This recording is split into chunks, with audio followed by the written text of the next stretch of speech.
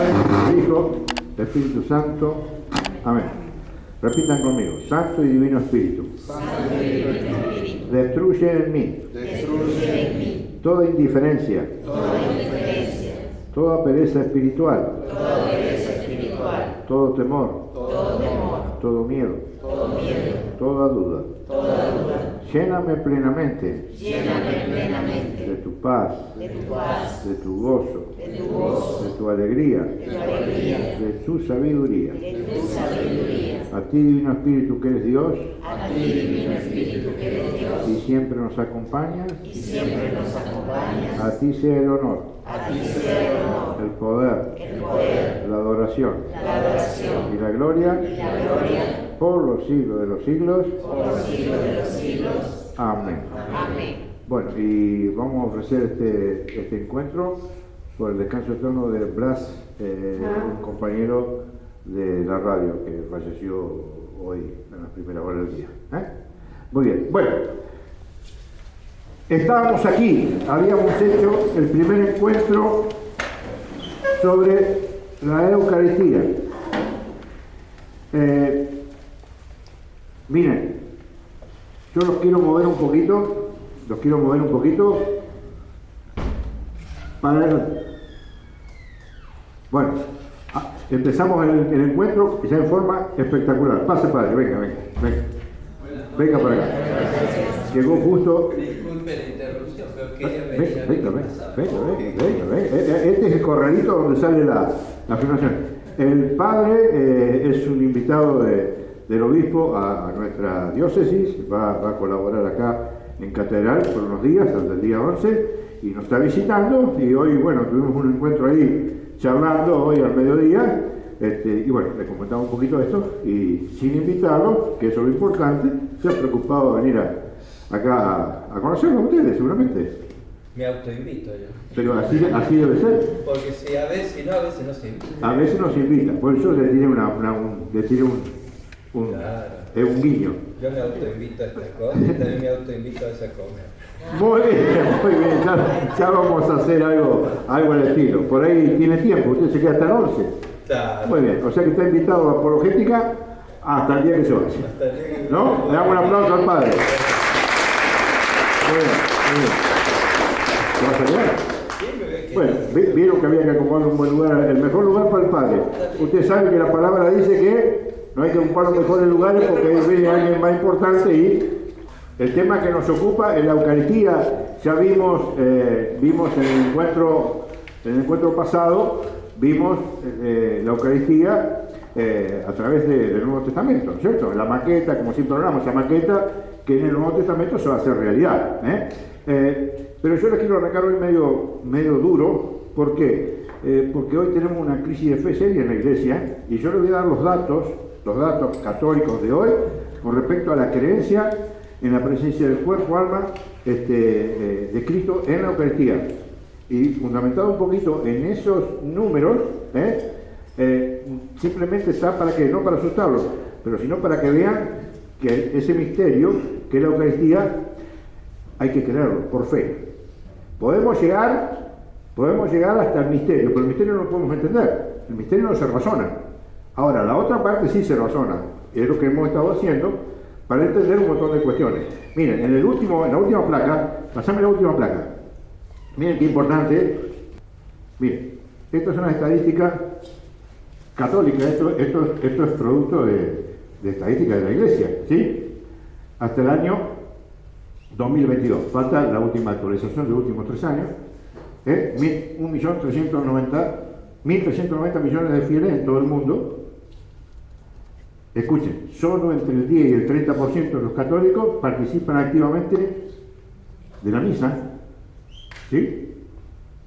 Ya es importante, ¿no? Cuando se refiere a católicos, se refiere a ¿qué? A bautizados. ¿Sí? Y acá está el problema más grande. Miren, solo entre el 50 y el 80% de los que asisten a misa creen en la presencia del cuerpo y sangre de Cristo, alma y divinidad. O sea que eso te está marcando que hay realmente una crisis de fe. Por eso que es muy importante hablar, predicar y hablar de estas cuestiones, ¿sí? Vamos al principio. Ahora sí, vamos a hacer un relevamiento un poquito de todo lo que vimos el jueves pasado, ¿sí? Y luego vamos a... Dame un segundo. Me saco una cita. Y después vamos a ver ya la parte donde ya esa promesa de la Eucaristía se lleva a la realidad de las cosas. Bueno, dale.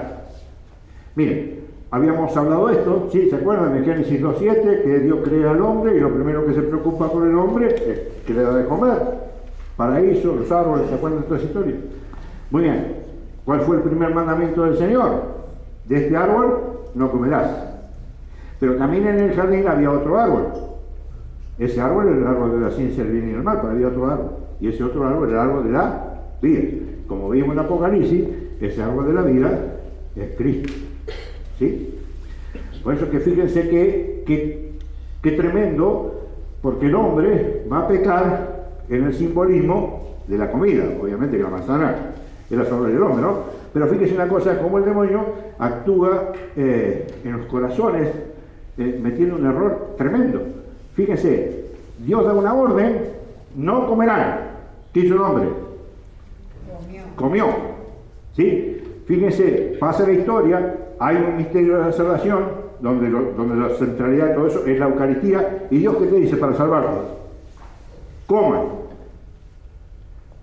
Coman de mí. Y el hombre, ¿qué dice? No quiero comer.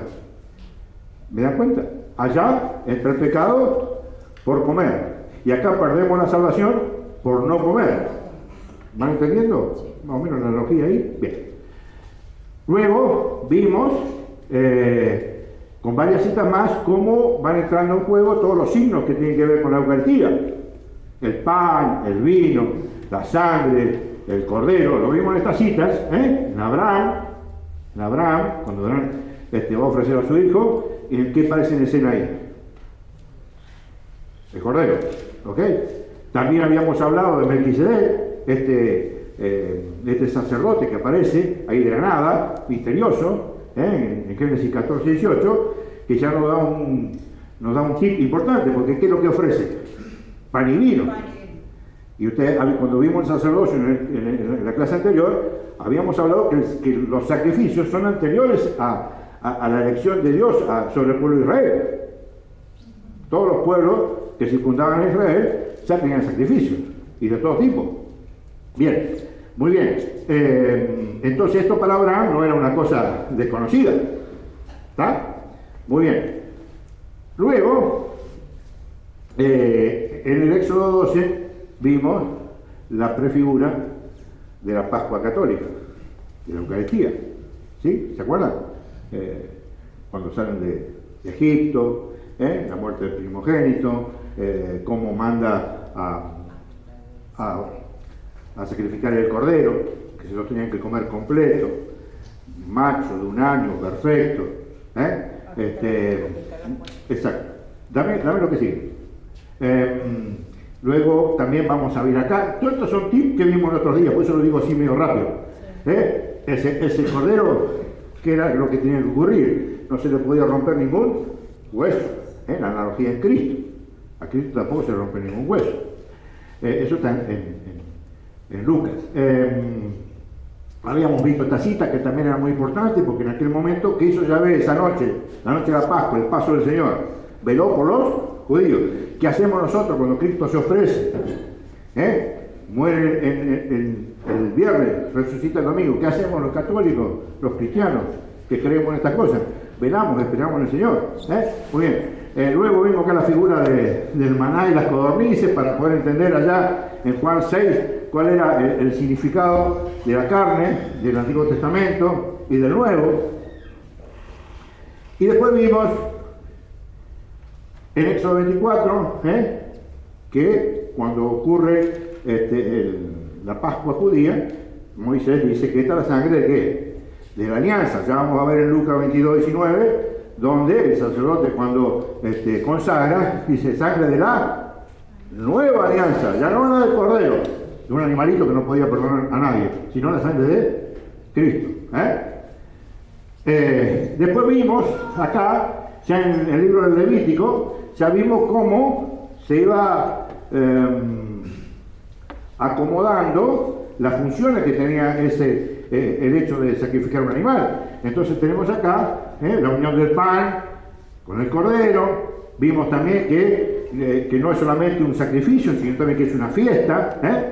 Vimos también que hay un sacrificio de expiación. También había un sacrificio, un holocausto, porque se presentaba un cabrito y se presentaba un cabrío que se lo quemaba por completo, para que ese humo era agradable a Dios. Hasta que un momento, que ya lo hemos visto cuando vimos sacerdocio, está ya en Hebreos 10:8 en adelante, habla muy clarito de que el Señor dice: el sacrificio de holocaustos por el pecado ya no me agradan más. Entonces dice que y aquí que vengo yo a hacer tu voluntad. ¿Estamos hasta ahí? Bien. Voy medio rapidito por esto, pero ya bajamos los decibeles cuando empecemos con el tema nuevo. Esto es muy importante también porque acá van a aparecer un aspecto muy importante acá en Levítico, donde ustedes saben que en la cruz Jesucristo estampó todos los pecados de la humanidad, todos, más los que van a venir también. ¿Ok? Bueno, en analogía, esto que acabo de decir, en el Antiguo Testamento había un cabrío macho donde el sumo sacerdote todos los años le imponía la mano al cabrío en señal de que le ponía en su cuerpo, en su esencia, en su ser, todos los pecados del pueblo de Israel, y después lo mandaban al desierto a que muriera. ¿Sí? O sea, como que le entregaban al demonio todos los pecados que le había ocasionado por la falta de voluntad, por la debilidad o lo que sea, al pueblo. ¿Sí? Esto es lo mismo que hizo Cristo. Lo mismo.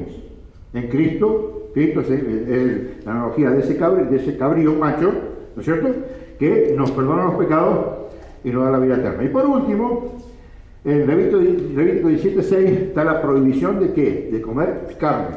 Por eso que cuando los protestantes dicen, en el capítulo 6 que vimos de Juan, donde el protestantismo normalmente lo que te dice es que ahí está hablando de comerse la palabra de Dios, y que la gente que estaba escuchando esta enseñanza de Cristo no entendía y por eso se fueron. Es un gran error. El pueblo judío, esos 5.000 hombres que dice la Escritura, que son muchísimos más, porque ahí incluyen a mujeres, niños. El pueblo de Israel siempre tuvo muchos hijos, así que se calcula entre 12 y 15.000 personas en la multiplicación de los panes. Y después sigue explicando la promesa de la Eucaristía. Ahí hay un gran problema. ¿Por qué? Porque la mayoría de esa gente que lo venía siguiendo a Jesús dejan de seguirlo, y lo dejan de seguir porque sabían perfectamente bien que le estaba hablando realmente de comerse su cuerpo y beber su sangre. Perfectamente bien. Por eso que no soportaron. ¿Por qué? Porque había una prohibición en Levítico, que lo vimos recién, en Levítico 17, capítulo 6 en adelante, de que el pueblo judío no podía ¿qué? Podía comer la carne, pero no podía, tenía prohibido tomar la sangre. Por eso que se entiende realmente que de ahí Cristo estaba hablando realmente de comer su cuerpo, beber su sangre. De esta parte solamente una cosa para retomar un poquito, que allí en el versículo 51 Jesús va a decir: yo soy el pan vivo, bajado del cielo. Por eso la analogía cuando vimos la comparación con el maná, ¿se acuerdan? Y las codornices del Antiguo Testamento. Va a decir: sus padres comieron del maná pero murieron. Yo soy el pan vivo, que te da la vida. Y va a decir: y el pan que yo le voy a dar es mi carne para la vida del mundo. Y luego va a hacer dos definiciones categóricas, ¿no? Así: el que come mi cuerpo, bebe mi sangre, tiene vida eterna, y yo lo resucitaré el último día. Juan 6:53. Luego va a decir: el que no come mi cuerpo ni bebe mi sangre no tiene vida en él. Porque mi cuerpo es verdadera comida, mi sangre es verdadera vida. El que come mi cuerpo y mi sangre permanece en mí y yo en él. ¿Qué es eso? La primera comunión. La comunión del cristiano católico es justamente eso. Comer a Cristo, hacerse uno con Cristo. Y como el pan es uno, todos nos hacemos uno con Cristo al comer la hostia que nos corresponde. Eso lo vamos a ver en un ratito. Seguir. Bueno, acá vamos a empezar ahora ya con el cumplimiento. Todo este poquito rápido que vimos y está en todo el otro video que lo van a tener a mano, era un poco cómo Dios iba mostrando al pueblo de Israel, para que lo pudieran entender en el tiempo, el misterio de la salvación. No solamente eso, un montón de otras cuestiones. Pero acá vamos a llegar al punto, ¿sí? Vamos a llegar al punto de la última cena. ¿Ustedes se acuerdan? No sé si se acuerdan, los que estuvieron se tienen que acordar porque hice bastante hincapié ahí, que en el versículo 4 del capítulo 6 viene todo el relato. Jesús pasó a la otra orilla, se puso hacia y de rompe y porrazo, entre paréntesis en la escritura dice, y estaba cerca la Pascua de los judíos. O sea, una frase que como que en el texto era que no tenía nada que ver, ¿me entienden? Y sin embargo era fundamental, porque Jesús estaba hablando ahí, y el evangelista quiere poner el acento de que cuando Cristo empieza a hablar de la multiplicación de los panes, luego se está refiriendo a la Eucaristía, ¿sí? Entonces llega el momento de la Eucaristía. Esto en Lucas 22, 19, ¿quién tiene la Biblia? Bueno, ahora empezamos. Lucas 22, 19. Vamos a escuchar un poquito para ver qué nos puede aportar Lucas en esto. Vamos con el versículo 19. Tomó luego pan, dio gracias, lo partió y se lo dio, diciendo, escuchen, este es mi cuerpo. Esto es, ¿qué significa es? Viene del verbo ser o estar, ser, es, no simboliza, no es algo parecido a, esto es, ¿sí? Mi cuerpo, dale. Este es mi cuerpo, que se entrega por vosotros. Ok, sigue. Haced esto en recuerdo mío. Haced esto en recuerdo mío. Eso es muy importante, si haced esto en recuerdo mío, porque ahí está hablando ¿quién? A los apóstoles. Y luego va a haber una sucesión apostólica, donde el primer mandato, justamente, son dos cosas, bautizar y hacer la fracción del pan. Si ustedes se ven, por ejemplo, en Hechos de los Apóstoles, ustedes van a ver que lo primero que pasa después de que reciben el Espíritu Santo en Pentecostés, cuando Pedro hace el primer discurso querigmático, lo primero que le pregunta a la gente aquella que creyó, y bueno, ¿y ahora qué hacemos? Bueno, ahora arrepiéntanse y recibirán el nombre del Espíritu Santo y perdón de los pecados. ¿Sí? Y luego, ¿qué pasó? En Hechos 2:42, que lo primero que hacían las primeras comunidades cristianas, recibían el bautismo y después se mantenían en la enseñanza de los apóstoles, por eso que la iglesia apostólica, ¿sí? Se mantenían en comunión de estar juntos, en oración y en qué otra cosa, en la fracción del pan. ¿Cuándo? Todos los días, lo mismo que hacen los sacerdotes hoy, todos los días, una misa. ¿Estamos ahí? La segunda parte, dale. De igual modo, después de cenar, tomó la copa y dijo, esta copa es la nueva alianza. ¿Se acuerdan en Éxodo 24 que Moisés dijo, esta es la sangre de la alianza, la del Cordero? Allá en Juan 1:39, cuando le preguntan a Juan el Bautista quién es ese que iba ahí, que le dice, es el Cordero de Dios que quita el pecado del mundo. Es el Cordero que se ofrece en sacrificio, ¿para qué? Para la sangre de la nueva alianza. ¿Ok? Bueno, miren, vamos a ir un poquito más atrás porque acá hay un par de detalles que son muy importantes de entenderlo, ¿sí? Porque, por ejemplo, el protestantismo también tiene su cena del Señor, pero no es la cena católica. Esto es muy importante. ¿Ok? Miren, vamos a ir un poquito más atrás, vamos a empezar del versículo 13. Nos podríamos empezar del 1, pero no vamos a hacer tiempo, pero en otro momento lo podemos hablar, pero cuando empieza el capítulo 22 del 1, va a decir que el Señor va a mandar a los apóstoles, a 2 o 3, ¿a que entren en Jerusalén, que se encuentren con una persona que iba a tener un balde de agua como hoy. Imagínense, en aquella época no había red de agua como acá, nada, o sea que todo el mundo andaba en la calle con un balde de agua. Bueno, el Señor nos quiere poner ahí ya en tono de lo que significa creer. Vayan, voy y hago lo que el Señor quiere, no lo que a mí me parece. Bueno, y eso es lo que hicieron los apóstoles. Dijeron que iban a encontrar una persona a la cual lo único que le tenía que decir era que el Señor quiere celebrar la Pascua. Y punto, ya sabía.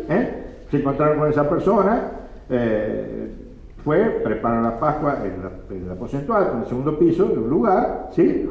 Y fíjense que acá hay un detalle importante. Vamos del 13, Cecilia. Fueron Dale. y lo encontraron tal como los había dicho, Dale. y prepararon la Pascua. Prepararon la Pascua. ¿Qué Pascua? La Pascua judía. La Pascua judía. Jesús era judío y respetaba y hacía cumplir toda la ley como corresponde. Entonces, bueno, prepararon la Pascua. Dale. Cuando llegó la hora, se puso a la mesa con los apóstoles Ajá. y les dijo: con ansia he deseado comer esta Pascua con vosotros, antes de padecer. Ajá, miren, ya está avisando, ¿cierto? Que se aproxima, que es la pasión. ¿Sí? Su tiempo. Dale. Porque os digo que ya no volveré a comerla, hasta que halle su cumplimiento en el reino de Dios. Esto es muy importante, porque está hablando de la Pascua judía, por un lado, pero después está hablando de la Pascua mesiánica en el cielo. Ahora vamos a ver un par de citas acá en Apocalipsis.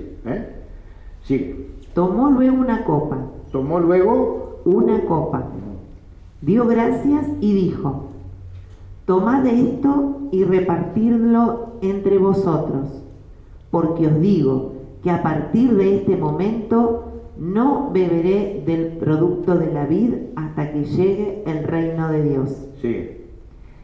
Tomó luego pan, Epa, escuchen. Tomó Dios. luego pan. dio gracias, Tranquila. Tomó luego pan. ¿Por qué tomó pan de nuevo? Ya habían comido. ¿Se habían comido? Sí. Se habían comido. O sea, la Pascua judía la habían comido. ¿Qué había ahí? Hierbas amargas, el panásimo, el cordero, ya lo habían comido. Ahora empieza otra historia. Acá Jesús viene a mostrarnos otra fase. Dice, tomó luego de haber comido la Pascua judía, tomó luego pan. Dale, dio gracias, dio gracias. lo partió y se lo dio diciendo: este es mi cuerpo. Ven cómo el relato se cierra. Esta es la Eucaristía católica, esto es mi cuerpo, que es lo que hace Jesús en ese momento, y da la orden sacerdotal para que luego se siga haciendo. ¿Estamos ahí? Bien, miren. En el Apocalipsis 19, vamos a leerlo, eso lo vamos a leer, es importante. Vamos a ver, ustedes vieron que en la liturgia nosotros tenemos ciertas frases que son centrales y están luego de la consagración, porque en realidad la Eucaristía viene a ser en el Apocalipsis, o sea, Apocalipsis, ojo, yo no sé qué concepto tienen ustedes de Apocalipsis, pero el Apocalipsis es un libro de esperanza, un libro de amor absoluto, no es Apocalipsis now, de la guerra, del fin del mundo, no, para nada. El Apocalipsis es un gran libro que la centralidad del Apocalipsis es justamente la boda de ¿quién? Del Señor con su esposa, que es la iglesia. La boda del Cordero, habla prácticamente de todo eso. Y acá va a decir una cosa que es muy importante, porque esa Eucaristía donde nos hacemos uno con Cristo, ¿sí? Ya Juan pone un detalle importante, ahora vamos a escuchar. Dale, Cecilia, escuchen. Alegrémonos, Escuchen, alegrémonos. ¿Por qué? regocijémonos y démosle gloria, porque han llegado las bodas del Cordero. Han llegado las bodas del Cordero. Y acá hay muchos que van a recibir la comunión. Y alégrense, ¿por qué? Porque van a llegar las bodas del Cordero para eso. Hoy, acá, en la Jerusalén terrena. Ahí está hablando de qué? De la Jerusalén celeste. ¿Sí? Repetí. Un pesito para atrás y continuamos. Dale. Alegrémonos, regocijémonos y démosle gloria, porque han llegado las bodas del Cordero. ¿Qué está hablando ahí? De Jesucristo que viene a qué? A desposar a su iglesia. Que viene a buscar a qué? A su iglesia. Aquellos que han creído en Él. Que han cumplido la voluntad del Padre. Dale. Su esposa se ha engalanado. Escuchen, su esposa se ha engalanado. Se ha preparado, se ha puesto bonita, se ha puesto hermosa. ¿Para qué? ¿Para recibir a quién? Al novio. ¿Cómo se pone una novia para esperar al novio? De esa manera, dale. Y se le ha concedido vestirse de lino blanco y deslumbrante. Esa es la diferencia entre la pureza y la impureza, porque en aquel momento los términos se manejaban en eso, en la idolatría y el cristianismo fiel, etcétera, etcétera. Entonces, ¿quién? Estos que van a recibir a Cristo, ¿cómo están? ¿Están de lino blanco? ¿Qué significa? La pureza de los santos. ¿Cómo vamos a estar el día que lleguemos al cielo? Ojalá que Dios así lo permita. ¿Cómo? ¿Vestido de qué? Las túnicas blancas, lo dice de Apocalipsis 6, 9, 7, 11. Dale. El lino son las buenas acciones de los santos. Ahí está. El lino son las buenas acciones de los santos. Y no se imaginen los santos que han sido santificados por la iglesia. No, personas que han llegado a la santidad, porque justamente a eso estamos llamados aquí en la tierra. Somos justificados por el bautismo y luego, a través del Espíritu Santo, los sacramentos y la iglesia, nos vamos, ¿qué? Santificando. Y aquellos que han logrado entrar al cielo son santos. Dale. Luego me dijo, escribe, dichosos los invitados al banquete. Escuchen esta frasecita. La han escuchado todos, ¿no? Dichosos los invitados al banquete de bodas del Cordero. ¿Qué es lo que dice el sacerdote? Luego la consagración. Dichosos los invitados a la cena del Señor. El Padre no me va a dejar mentir. Muy bien. Y acá hay otra frasecita también que es importante, porque justamente ya está Maranatá. ¿Qué quiere decir? Ven Señor Jesús. Ese es el anhelo que tenemos que tener. Por eso que es muy triste cuando vemos la realidad de los pocos que creen realmente en la Eucaristía. Ese tiene que ser nuestro clamor. Ven Señor Jesús, te necesito para darme vida, no tengo vida, necesito la vida tuya. Sigue, vamos con Mateo, vamos con Mateo 8 o 5, porque esto lo han escuchado varias veces, y parece que no tiene nada que ver con la Eucaristía, pero sí tiene mucho que ver con la Eucaristía, no porque por lo que nosotros vamos a interpretar en el texto, leerlo, buscar un paralelo para acá, para allá, pero la Iglesia ha visto a lo largo de toda la historia que es más, está en la liturgia, lo vamos a escuchar ahora, que esta cita es muy importante porque una persona que no tenía absolutamente nada que ver con el pueblo de Dios, no era cristiano, era un pagano, tiene una humildad que muy pocas veces se ve en aquello que hemos recibido todo lo que Dios tiene para nosotros. Entonces fíjense qué bonito, vamos a leerlo, dale, del centurión, lo han escuchado más de una vez, dale. Al entrar en Cafarnaúm se le acercó un centurión y le rogó diciendo, Señor, mi criado yace en casa paralítico con terribles sufrimientos. Jesús le contestó, yo iré a curarle. Replicó el centurión, Yo iré. O sea, hay una acción de Jesús ofreciendo ir, moverse, llegar, presencia, estar, Él. Dale, miren lo que dice. replicó el centurión, Señor, no soy digno de que entres bajo mi techo. Basta que lo digas de palabra y mi criado quedará sano. Va a decir luego Jesús, nunca he visto en el pueblo de Israel una fe semejante. Es increíble. Una persona que obviamente pudo decir eso por la gracia de Dios, había recibido la gracia de Dios de alguna manera, de la manera que Dios solamente puede manifestarse, si no es a través de los sacramentos.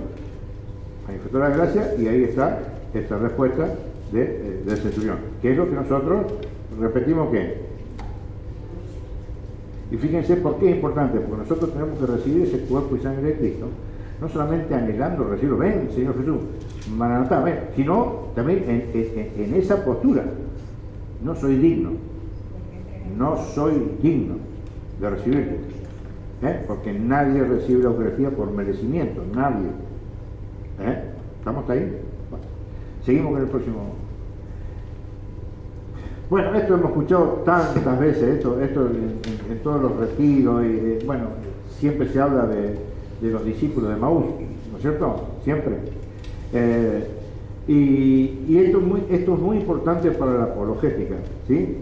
Porque les voy a enseñar un tip que lo tienen que tener presente. Porque no es lo mismo la cena del Señor que la Eucaristía. ¿Cuál es ese tip?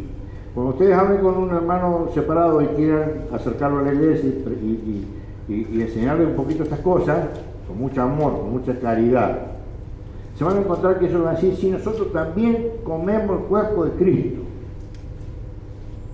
Y en realidad no comen el cuerpo de Cristo. Primero porque no creen. Y está bien que no crean, porque tampoco tienen los medios para hacerlo, porque para que eso ocurra se necesita un sacerdote, sacerdocio que ellos no tienen.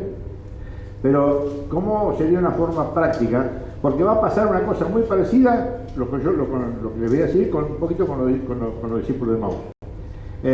Nosotros, por ejemplo, hemos visto a Cristo, ¿o no?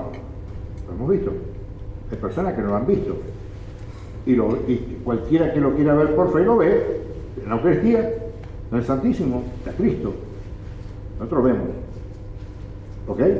Entonces, si ese pan realmente es carne, lo estamos viendo, es Cristo. Esto es mi cuerpo, mi sangre, mi alma, mi divinidad. Acá está Cristo. Si es católico, ve a Cristo. Les van a decir que ellos también lo ven. O sea, no que lo ven, sino que creen en eso. Hay una forma muy sencilla. ¿Vos adorás a ese pan? ¿Cómo voy a adorar ese pan? Ya está claro que no cree. ¿Me entiendes? ¿Usted adora ese pan? No, ¿cómo voy a adorar a ese pan? Exacto, porque para vos es pan. Para nosotros no es pan. Dejó de ser pan. Para nosotros es Cristo. Un tipcito para que lo tengan. ¿Sí? Para que puedan después poder enseñárdoles. Porque si se traban ahí y no entienden cómo hacer para continuar la enseñanza que ustedes quieran dar, ¿sí? Y sonar. Eso es importante. Bueno, con los discípulos de Maús es muy bueno. Es muy bueno porque va a ocurrir justamente esto que yo les estoy diciendo a ustedes. Ese era el problema que tenían ¿quién?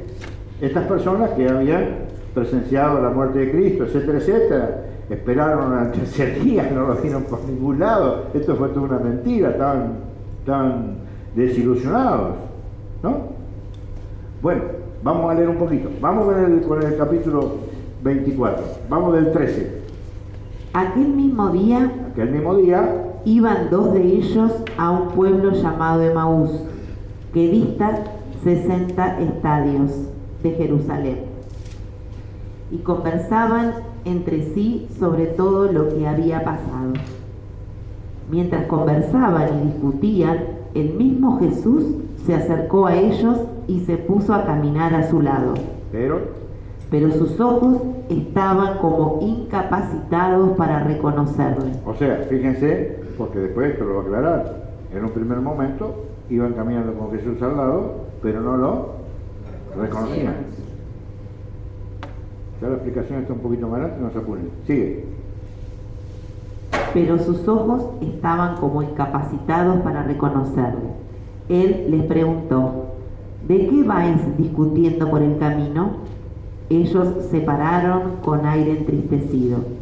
Uno de ellos, llamado Cleofás, le respondió: ¿eres tú el único residente en Jerusalén que no se ha enterado de lo que ha pasado allí estos días? Él les dijo: ¿qué ha ocurrido?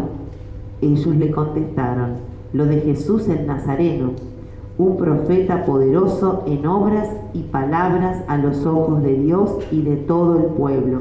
Fíjense que era muy importante la palabra nazareo, porque nazareo era una especie de consagración que existía en el Antiguo Testamento, que tenía varias connotaciones, pero una de ellas era que no se cortaban el pelo. ¿Se acuerdan la historia de Sansón ustedes? Bueno, Sansón no tenía el pelo largo porque venía con los Beatles y todo el movimiento. No, era una consagración. Se dejaban el pelo largo en señal de que recibían toda la sabiduría, etcétera, de Dios. Por eso que la cita es nazareo. ¿Por qué? Porque Cristo también, el Mesías, estaba consagrado ¿a qué? A Dios, de esa misma manera. ¿Sí? Y fíjense lo que pasó ahora. Sigue. Como nuestros sumos sacerdotes y magistrados lo condenaron a muerte y lo crucificaron. Nosotros esperábamos que iba a ser Él quien liberara a Israel. Miren, ¿qué estaba esperando el pueblo de Israel? Un liberador. ¿Sí? Tal. Pero con todas estas cosas llevamos ya 3 días desde que eso pasó. El caso es que algunas mujeres de las nuestras nos han sobresaltado porque fueron de madrugada al sepulcro y al no hallar su cuerpo vinieron diciendo que incluso habían visto una aparición de ángeles que decían que estaba vivo.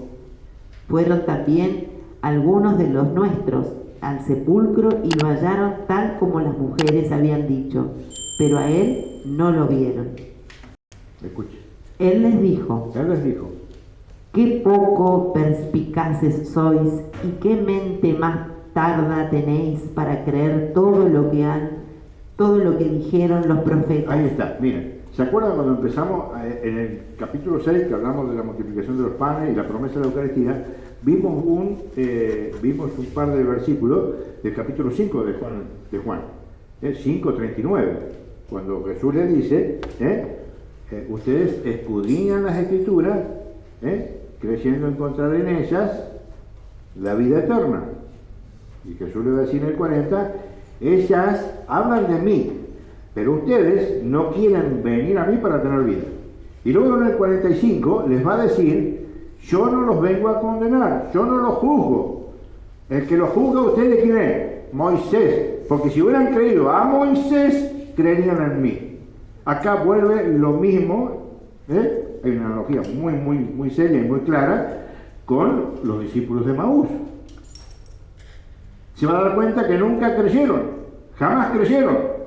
¿Y qué va a hacer el Señor ahora? Va a hacer lo mismo que allá en Marcos 6:34, cuando dice que bajó del barco y vio a toda la gente como ovejas sin pastor. Y no se puso a darle comer. No, se puso a ¿qué? A enseñarles. Que es lo mismo que va a hacer Jesucristo, ¿con quién? Con los discípulos de Maús. Continuamos, escuchen.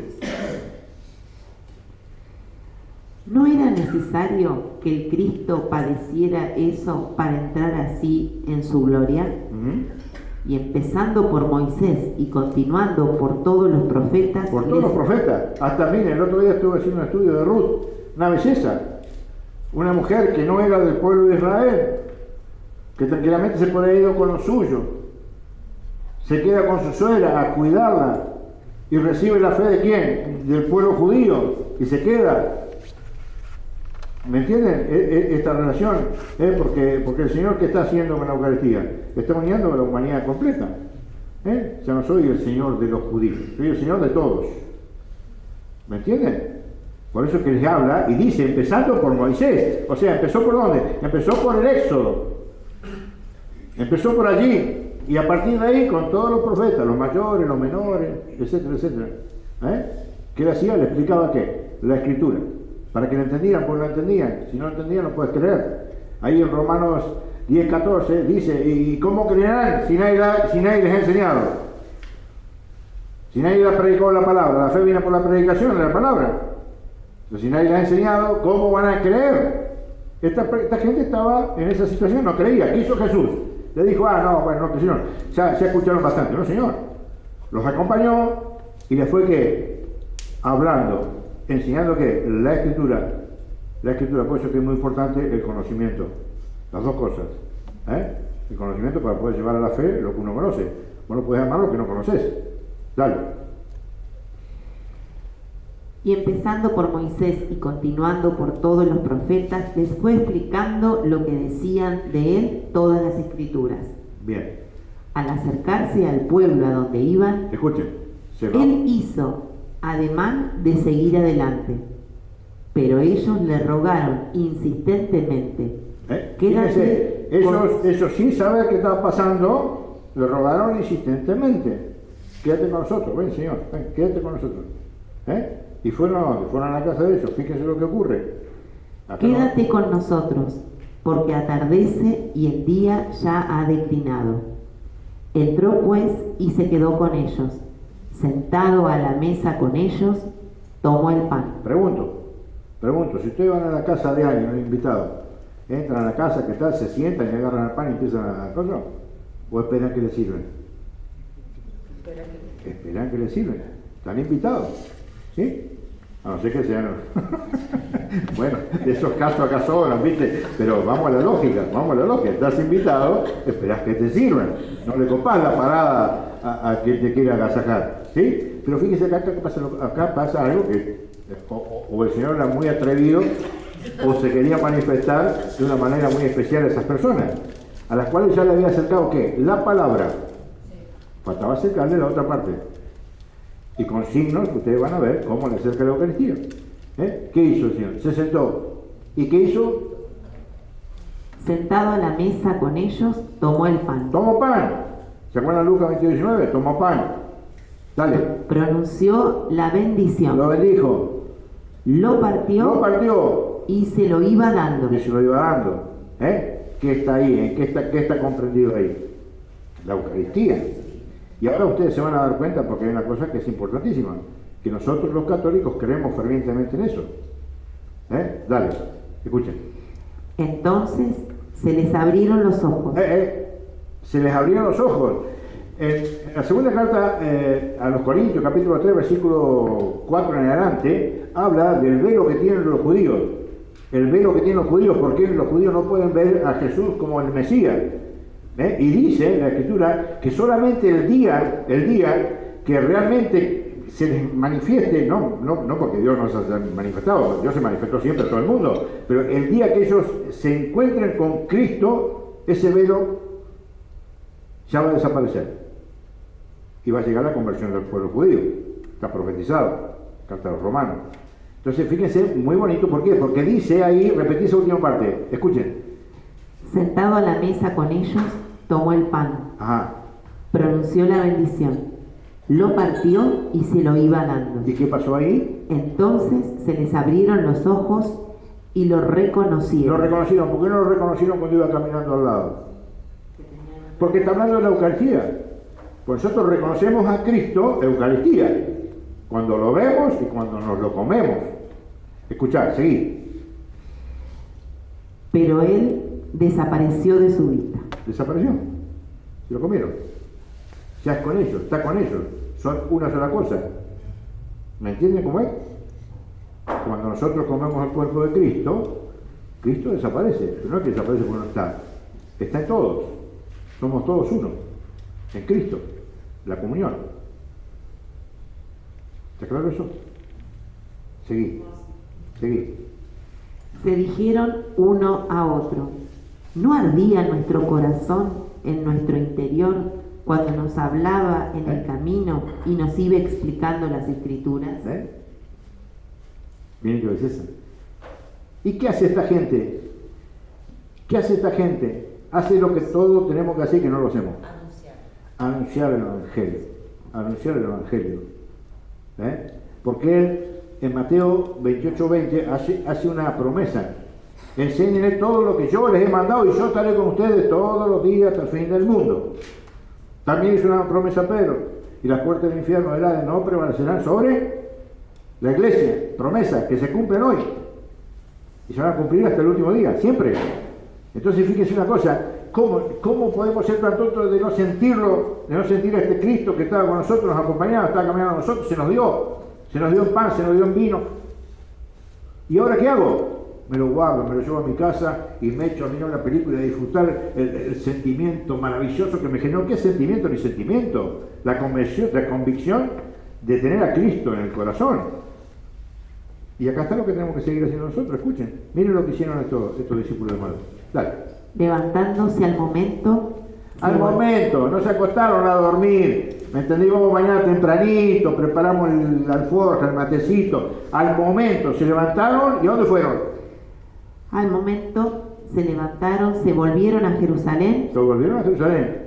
Y encontraron reunidos a los 11 y a los que estaban con ellos. ¿Qué hicieron ahí? ¿Y qué hicieron ahí? Lo que todos deberíamos hacer cuando nos encontramos en comunidad: dar un testimonio de vida, de encuentro con Cristo. ¿Para qué? Para que el mundo crea, que todos sean uno, como yo para ti, seamos uno. ¿Para qué? Para que el mundo crea. Necesitamos testimonios cristianos, testimonios de Cristo reales. Ellos se encontraron con Cristo, Eucaristía.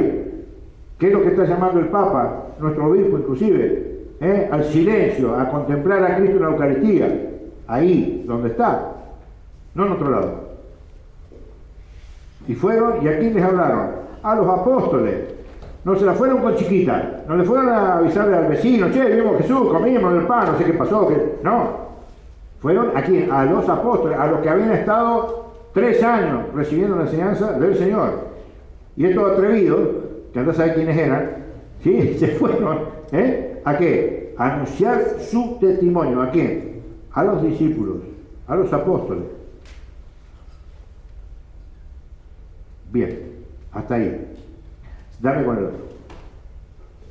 Y ahora vamos a lo nuestro, vamos a lo nuestro. ¿Por qué? Porque hemos estado viendo todo el desarrollo de la Eucaristía y ahora vamos a ver cuando ya esa Eucaristía esa se ponía en práctica. Como dijimos hoy al principio, ya desde el comienzo de la iglesia, a partir de Pentecostés, ya esto es una práctica absolutamente diaria. Pero Pablo va a decir allá en la carta a los Efesios, capítulo 3, versículo 8 en adelante, él va a hablar, y es una gran verdad, que él un poco es el que recibe la revelación de Dios, ¿ok? Para que se va a manifestar al mundo a través de ¿qué? De la iglesia. Eso lo hablan en Efesios 3, en Efesios 1 también. Y acá hay algo muy importante, porque Pablo no conoció a Cristo. Lo que nos va a decir ahora no es de primera mano, pero sí lo recibió de los apóstoles, que para la iglesia nosotros creemos no solamente en la escritura, sino también creemos en la tradición y en el magisterio, y está todo el compendio ahí en el catecismo, todo muy claro, lo que creemos. Ustedes van a ver que Pablo recibe esa transmisión de la fe, y la iglesia lo toma de una manera impresionante. ¿Por qué? Porque prácticamente el rito de la Eucaristía está fundamentado en unas palabras que vamos a escuchar ahora de Pablo. Y Pablo nos va a explicar dos o tres cosas que son muy importantes. Una de ellas es de qué manera el católico tiene que comulgar. Una. La segunda nos va a explicar algo que es muy importante, que qué significa hagan esto en memoria mía.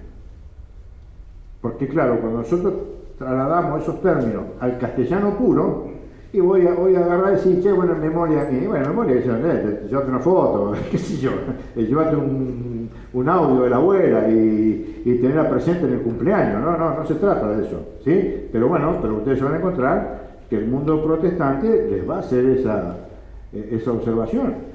Y nosotros, por Pedro, que nos dice, nosotros tenemos que dar razón de nuestra fe, de nuestra esperanza. Nosotros tenemos que estar preparados ¿para qué? Para que esa gente conozca al menos lo que cree el católico, la fe católica. ¿Sí? Entonces fíjense cómo vamos a ver, déjame que voy a ver yo una partecita. No tengo lentes. Léelo vos, los tengo ahí. Vamos un poquito al capítulo 10, porque de 1 Corintios capítulo 10, vamos al versículo 22. Esto es muy importante porque hoy hay otras idolatrías. Pero en aquella época las idolatrías eran generalmente sacrificios a otros dioses. Que ojo, entonces eso no se aplica hoy. Claro que sí. Hoy nosotros no nos sacrificamos al Dios dinero todo el tiempo, las placeres, lo que sea. Pero no es que cambian los ídolos. Hoy, muy raro que a alguien se le vaya a antojar hacer, que los hay también, ¿no?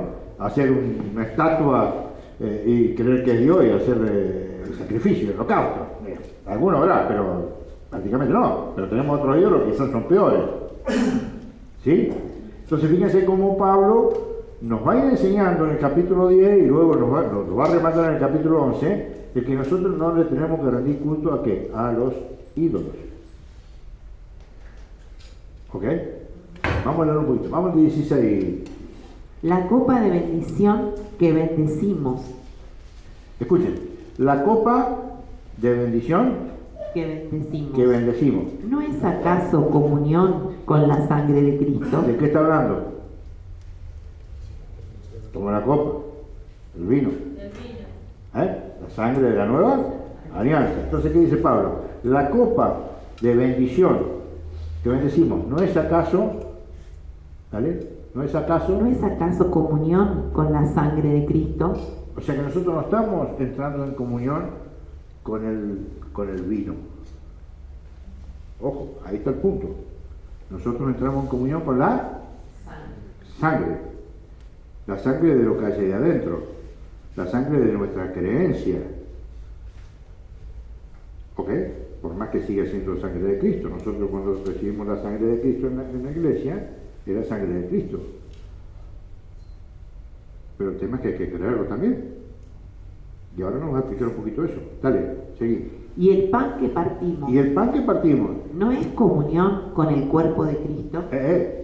no es que comemos un pedacito de pan, qué rico y ya está. No, no, no. Estamos comiendo, ¿qué? El cuerpo de Cristo. O sea, eso que bendecimos, ese pan y ese vino, nos une ¿a quién? A Cristo. Seguí, escuchen. Entonces, si el pan es uno solo, Si el pan, miren, esta frasecita hay un montón en la Biblia, pero esta frasecita, para aquel que todavía no le cierra bien, ¿por qué todos nos hacemos uno en Cristo? ¿Sí? Está en la carta de los Gálatas 3:28, por ahí. Escuchen qué belleza, cómo lo explica Pablo. Repetimos un poquito esa partecita, la última. Entonces, si el pan es uno solo, también nosotros, aún siendo muchos, nosotros siendo muchos, ¿sí? El pan es uno. Nosotros a su vez siendo muchos, dale, formamos un solo cuerpo, un solo cuerpo. ¿Por qué? todos participamos del mismo pan. Nosotros participamos de un solo Cristo. No es que no es que acá hay un Cristo, allá hay otro Cristo. Un solo pan. Nosotros todos participamos de un solo pan. Y como participamos todos de un solo pan, todos somos uno con Cristo. Esa es la famosa oración de Jesús al Padre, allá en el versículo 21, capítulo 17 de Juan. Es que todos sean uno. ¿Cómo hacemos uno? ¿Cómo somos uno con Cristo? Es la única manera, no hay otra. La única manera que Cristo ha dejado para que todos podamos ser uno en Cristo es justamente eso. Y eso es lo que nosotros tenemos que entender, porque cuando nosotros recibimos la Eucaristía, ese Cristo sigue operando en nosotros. No, yo tengo la Eucaristía, ahora me voy a comer una pizza. Sí, vos podés comerte todo lo que vos quieras, pero ese Cristo que vos tenés, si vos querés, sigue operando en tu vida y te santifica, te convierte, te hace uno con el otro.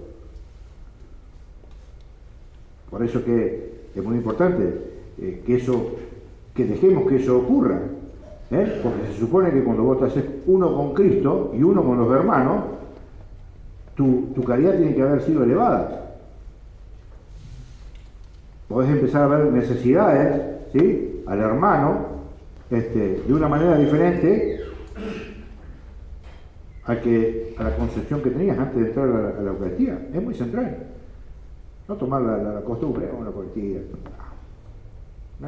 Que está pasando mucho hoy. Sigue, dale, escuchen.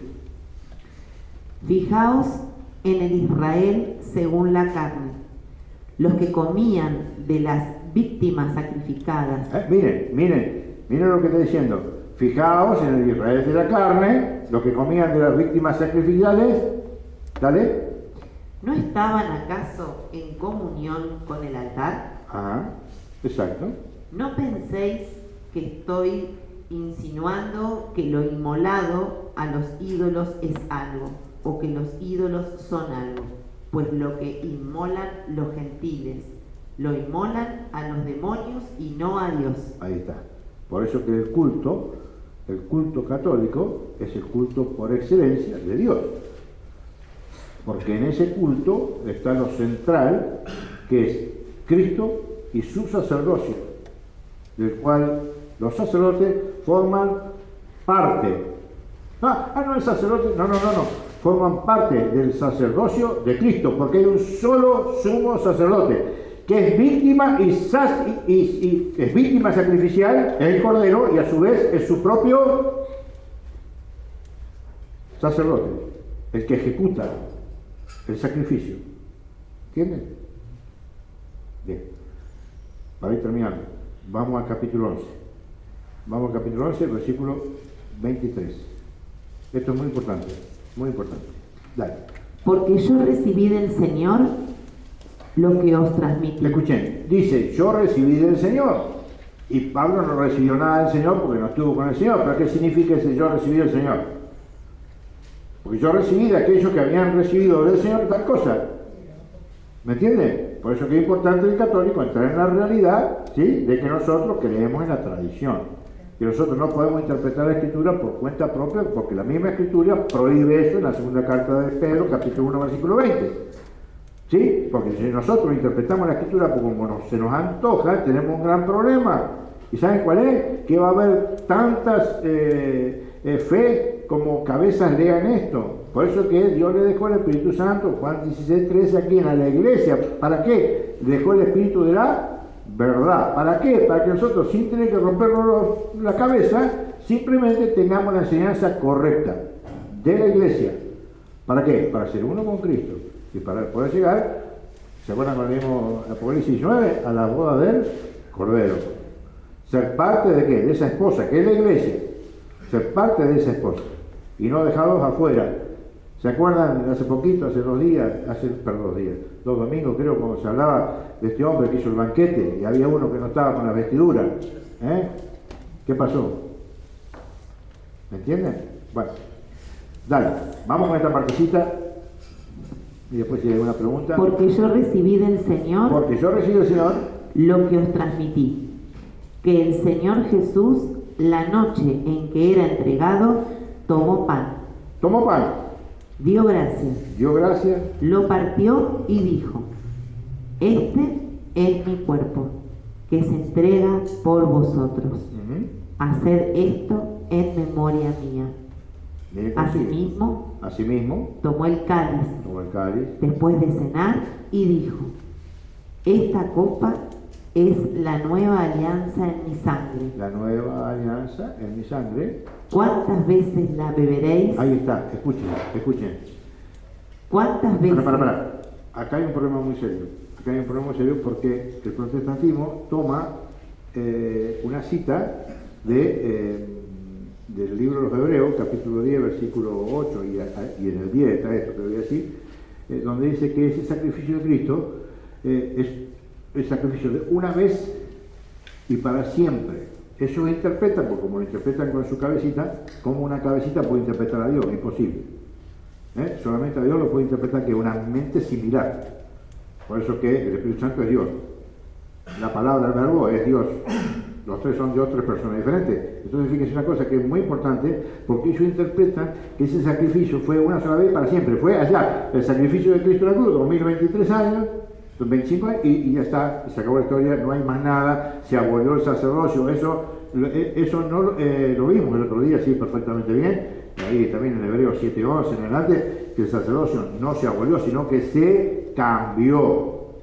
Un sacerdocio totalmente distinto. Entonces ustedes van a ver ahí que nos va a explicar Pablo qué significa ese de una vez y para siempre. Dale. Esta copa es la nueva alianza en mi sangre. ¿Cuántas veces la beberéis? ¿Cuántas veces la beberéis? Hacedlo en memoria mía. Hacedlo en memoria mía. El pueblo de Israel tenía un sacrificio ¿de qué? De conmemoración. Y miren que la víctima sacrificial de ellos, porque no creen en Cristo, un cordero, si bien ya no tienen el templo y ya no hacen los sacrificios, ellos celebran la Pascua recordando al Señor. Nosotros también celebramos una Pascua. Pero nosotros celebramos Pascua todos los domingos. La misa es una Pascua. ¿Sí? Hay una Pascua central, ¿sí? Pero nosotros celebramos la Pascua todos los domingos. Todos los domingos tenemos una Pascua con el Señor. Entonces, fíjense una cosa muy importante. ¿Por qué? Porque así como el pueblo de Israel tenía un sacrificio de conmemoración, y conmemoración en el griego significa anamnesis. No significa recordar algo puntual y ya está. No significa eso. Significa poder vivir ese acontecimiento en forma permanente. Vivirlo en forma... Eso es lo que significa conmemorar o en memoria de. Por supuesto que es un sacrificio incruento, obviamente, ¿sí? Pero es la continuidad de ese sacrificio en el tiempo. ¿Y por qué eso es posible? A ver si pongan un poquito de esfuerzo para entender esto. Porque Dios está fuera del tiempo, Dios está fuera del espacio, Dios está fuera de la materia. Dios es Dios, Dios es espíritu. Entonces ese sacrificio para Dios es hoy, es actual. A los que nos pesan los años son nosotros, los días. El dolor de espalda, le contamos los días hasta que se nos pasa a nosotros. El Señor está fuera del espacio, está fuera del tiempo. Por eso que ese sacrificio es de una vez y para siempre, es continuado en el tiempo. Y nosotros tenemos, gracias al Señor, que ustedes hagan esto, que es la orden que le da a los apóstoles para que puedan, por la asociación apostólica, puedan los sacerdotes seguir haciendo ¿qué? La famosa transustanciación, que es convertir el cuerpo en la sangre de Cristo. ¿Qué es lo que está diciendo Pablo ahí? Repetir. ¿Cuántas veces la beberéis? Hacedlo en memoria Y mía. escuchen, ¿y hasta cuándo? Miren, yo te digo, pues yo tengo buen trato con muchos evangélicos y hablo a diario, y hay cosas que no las entienden, porque ahí va a decir una cosa muy importante, porque dice, pero usted todo el tiempo lo mismo, y la gente se va a la iglesia porque usted hace lo mismo, y el sacerdote, el pancito, y lo mismo. No, la gente no se va por eso. La gente se va porque no cree, o no está formada, y le viene con el cuento y se van a otro lado. ¿Sí? Pero nosotros, ¿por qué hacemos eso? Porque hay un mandato. ¿Y saben cuál es el mandato? Escúchenlo, dale. Repetí y seguí, escúchenlo. ¿Cuántas veces la beberéis? Hacedlo en memoria mía. Sigue. Pues cada vez que Cada vez. comáis este pan y bebáis de este cáliz, ¿Qué? anunciáis ¿Qué la anunciamos? muerte La del muerte Señor y del Señor. hasta que venga. Hasta que venga. ¿Hasta que venga quién? El Señor. ¿A quién sabe? Espero que nadie me diga que no. Nadie sabe cuándo viene el Señor. Pero hasta que el Señor venga, va a haber un sacerdote que va a estar haciendo esto. Va a estar ofreciendo al mundo la vida en la Eucaristía. Hasta que Él venga. Por eso que nosotros, los católicos, somos tan tontos que hacemos todos los días. ¿Sabe por qué? Pues somos obedientes aquí al Señor. Ay, pero yo no entiendo. ¿Qué me importa? ¿Qué me importa? Eso es el Señor. De lo que dice la iglesia. Dale, escuche, esto es muy importante. Por tanto, Por tanto, quien coma el pan acá está el problemita. o beba el cáliz del Señor, Quien coma el pan o beba el cáliz. Dale. o beba el cáliz del Señor indignamente, Ya de por sí, ojo, vamos a ponernos claras las cositas, tranquilo. Hoy vimos que no somos dignos, ¿se acuerdan del centurión? Mateo 8:5, no somos dignos de recibir de nuestra casa. Es una cosa, ¿sí? Y acá dice, el que coma el pan y beba la sangre indignamente, escuchen porque esto es muy importante. Dale. será reo del cuerpo y de la sangre del Señor. Ahí está el problema. No es un pecadito cualquiera. No es un pecado cualquiera comer la Eucaristía en un pecado serio. Ya hablamos de pecado, que se necesita que sea materia grave, que esté consciente de lo que hace, con pleno consentimiento. No nos vamos a entrar en eso, ya lo hemos hablado, lo sabemos. Pero aquel que conscientemente está en un pecado grave, no es digno de comer el cuerpo de Cristo. Para eso está ¿qué? El sacramento de la confesión, que es lo que vamos a ver el próximo jueves. Para poder ¿qué? Estar en gracia, para poder recibir en forma digna, ¿sí? Referido al pecado, el cuerpo y sangre de Cristo. ¿Por qué? Porque el pecado no es contra el pan y el vino, lo vuelvo a repetir. Es un pecado serio, porque es un pecado contra el cuerpo y la sangre de Cristo. Es un pecado contra el Señor. Es un pecado muy, muy serio. ¿Sí? Y fíjense lo que dice luego. Dale.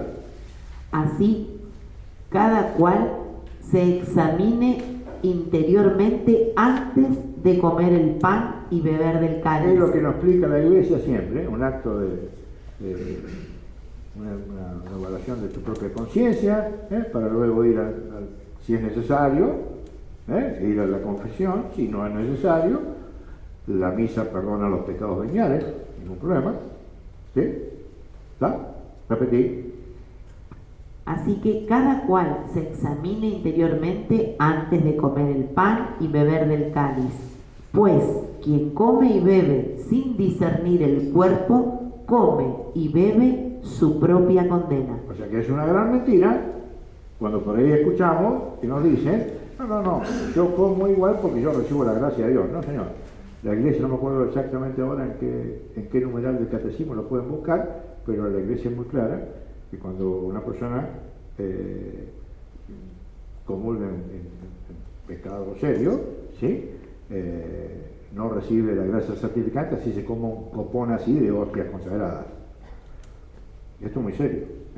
Aparte de cuál es el problema, tenemos el sacramento de la confesión. El Señor nos ha dado todos los medios para que nosotros podamos vivir una vida cristiana. Así que no tenemos por qué preocuparnos. No hay que tener miedo a los sacerdotes. ¿Por qué vas a tener miedo a los sacerdotes? Yo hablo mucho de estas cosas con la gente y a veces la gente tiene miedo. Pero lo que no sabe, y en Hebreos capítulo 5, versículo 1 lo dice muy claro, ¿no? Dice que todo sacerdote es tomado entre los hombres. Él es un hombre, ¿sí? Y está a favor de los hombres. Está en nuestro favor para ofrecer dones y sacrificios, de lo que estamos hablando, ¿sí? ¿En favor de qué? De los hombres. Y los del propio, porque dice que él también está envuelto ¿en qué? En las debilidades. No es un superhombre, es un hombre como nosotros, que Dios lo ha elegido, ¿sí? Y él ha dado su asentimiento a través de su voluntad para ser sacerdote. ¿Y por qué nos entienden los pecados? Porque él también está envuelto en debilidades y por sus propios pecados también tiene que ofrecer dones y sacrificios. Él también se confiesa con otros sacerdotes si tuviera un pecado grave. ¿Y cuál es el problema? Otro problema que van a tener con los protestantes. ¿Cómo un hombre les puede...? Mirá, yo no sé cómo un hombre, pero el Señor lo dispuso así porque está acá. Hebreos 5.1, más clarito, chale agua. ¿Por qué? Porque ese sacerdote también está envuelto en tu misma debilidad. Y por esa debilidad, ¿sí? Tiene que ofrecer dones y sacrificios por su propio pecado. Sí, ¿cuál es el problema? Ninguno. Dios nos ha dejado en la iglesia todos los medios para que nosotros podamos salvarnos. Y fíjense cómo termina. Y esto se ve todo el tiempo. Fíjense, en la iglesia por ahí, vos vas a ver gente que era muy activa, participaba y de rompe y porrazo. Ya viene menos. Che, ¿lo viste a Sebastián? Sí, creo que el otro día pasó por acá, habló con él, pero no vino más. Pero ¿cómo hicieron un hombre de misa diaria? O participaba en el rosario diario. ¿Qué pasó? O con Nachito, o con quien sea. Y eso hoy en la iglesia se ve enormemente. Miren lo que pasó, dale. Así que cada cual se examine interiormente antes de comer el pan y beber del cáliz, pues quien come y bebe sin discernir el cuerpo, come y bebe su propia condena. ¿Y a qué nos lleva eso? Dale. Por eso, porque mucha gente come sin discernir el cuerpo y sangre de Cristo, por eso muchas de esas personas, no importan los nombres, dale. Por eso hay entre vosotros tantos enfermos y achacosos. Tranquila. Enfermos. ¿Y a qué se refiere? Enfermos espirituales.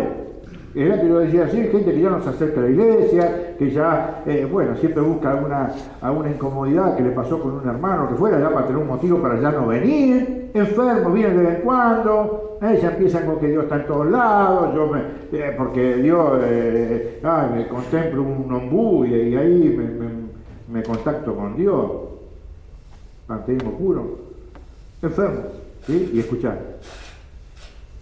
Tantos enfermos y achacosos y mueren no pocos. Y mueren no pocos espiritualmente. Se van directamente a la iglesia, apostatan. Eso está predicado. Segunda carta de los Tesalonicenses, capítulo 2, versículo 9, habla de este tiempo que estamos viendo. Tiempo no estoy hablando de día ni de año, el tiempo de la iglesia. El tiempo de la pasión de la iglesia. ¿Sí? Y miren cómo termina.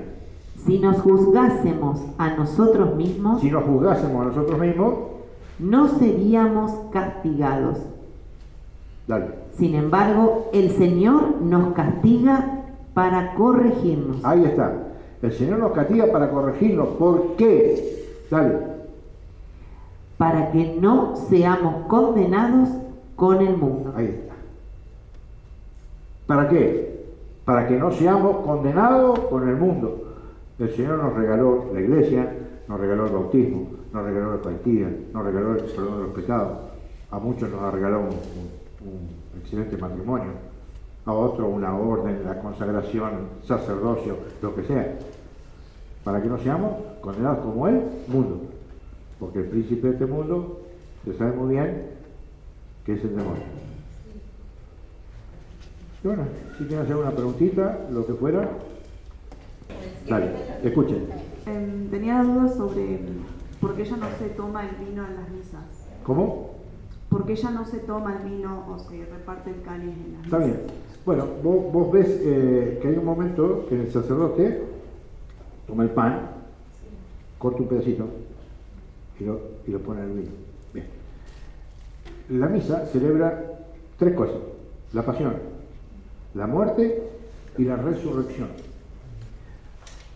Cuando el Padre tiene las especies antes de consagrar, tenés un Cristo muerto, tenés el vino acá y el pan acá, ¿sí? Como el Cordero del Antiguo Testamento, la sangre por acá y la carne por allá. ¿Qué hacía, por ejemplo, Aarón, toda la tribu de Leví? ¿Qué hacía, por ejemplo, en el sacerdocio? Mataban un animal, sacaban la sangre por un lado, la carne se comía, a la sangre se la esparcía en el altar y otra parte la pasaban, se la tiraban al pueblo. ¿Sí? Bueno, ¿qué hace el sacerdote acá? Entre comillas hace lo mismo. ¿Sí? Vos fíjate, tiene el pan por un lado, que es pan, no es Cristo, es pan. Antes de la consagración, que es pan, es pan. Si querías comerte un montón porque te gusta, comprar y te la comes, te has comido pan. ¿Sí? Y el vino por otro lado. Luego, vas a ver vos que el Padre pone un pedacito de pan en el vino. ¿Qué significa eso? Que ya estamos en la parte de la resurrección. Cuando vos te comes la carne, no te estás comiendo una carne de un animal que mataste, que lo desollaste, se cayó, ¿cómo se llama? Le sacaste toda la sangre y es solamente carne. No. Cuando vos comes esa carne, comés a Cristo. ¿Por qué? Porque está vivo. Está vivo. Y simplemente, yo te digo, yo estuve en el camino neocatecumenal muchos años y nosotros ahí comulgamos con las dos especies. Pero no importa con qué especie vos comulgues, ¿sí? En las dos especies está el cuerpo y la sangre de Cristo. Tomás el vino, te tomás a Cristo. Comés la carne, comés a Cristo, en su totalidad. No hay diferencia ahí en absolutamente nada. Eso lo explica también muy bien el catecismo, está muy claro. ¿Sí? ¿Pero por qué? Porque estamos comiendo a un Cristo vivo. ¿Estamos ahí? Y en la comunión es lo mismo, digamos, cuando recibís la comunión por primera vez. Es lo mismo. Es exactamente. Lo mismo. Sí, lo mismo.